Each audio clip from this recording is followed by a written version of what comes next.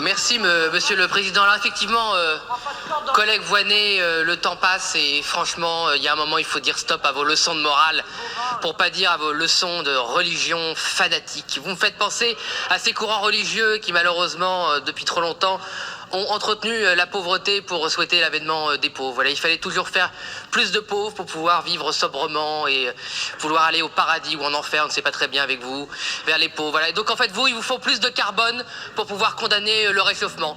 Donc il y a une solution technique comme le captage, sans doute est-il limité, qui propose une solution. Ah non, il faut interdire le captage de CO2, comme ça il y aura plus de CO2 dans l'atmosphère et on pourra envoyer plus Greta Thunberg dans les médias pour pleurnicher sur le CO2 que vous avez mis dans l'atmosphère.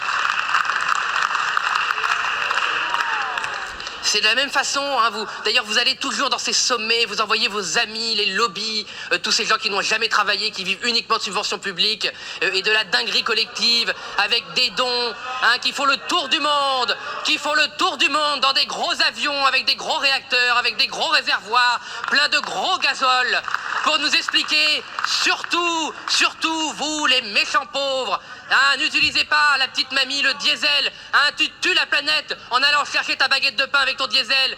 Mamie tue la planète, hein, en allant voir ses petits-enfants avec le diesel. Mais par contre, hein, les grandes stars d'Hollywood, les DiCaprio, les machins, les bidules, qui prennent des yachts pour aller l'été, vous donnez raison, Madame Voynet, vous donnez raison, Madame Laenos, hein, et faire des collectifs ensemble pour expliquer que, ah non, on ne peut pas vivre à la campagne avec un diesel, mais on peut partir en vacances à Saint-Trope avec un yacht. Ça, c'est possible, si c'est validé par les Verts du monde entier, les écolos du monde entier. Eh bien, la seule erreur que les socialistes ont fait, mais ils l'ont payé cher électoralement pour débarras, et que vous avez fait aussi vous les macronistes, mais vous êtes en train de le payer très très cher aussi.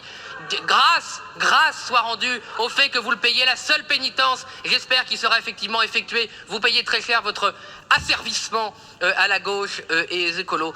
D'ailleurs, c'est très étrange quand même à quel point vous voulez sacrifier toutes vos voix pour courir après les 5 pauvres % de voix qu'ils arrivent à faire aux élections.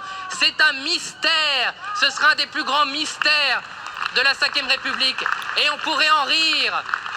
On pourrait en rire si ce n'était pas si tragique pour la France. Mais revenons au sujet principal. Vous n'avez aucune leçon à nous donner d'écologie, mais zéro. La plus grande démonstration industrielle de décarbonation de l'histoire, c'est le programme nucléaire français en lien avec les barrages d'hydroélectricité. C'est le programme de la Corée, c'est le programme du Japon, c'est le programme même américain et c'était le programme allemand avant que vous le mettiez à terre. Et c'est totalement incroyable. Et c'est là où on voit que vous êtes des religieux, des fanatiques. Vous avez sur le même continent, alors que nous parlons deux systèmes électriques différents, le système hydronucléaire français qui est propre, le moins émetteur de tout l'OCDE, de tout le G7. Il est parfaitement décarboné. Et vous avez à côté le vôtre, l'Allemagne, qui est noire du charbon, noire de l'anthracite, gris du gaz, que vous avez sacralisé en déployant les énergies intermittentes.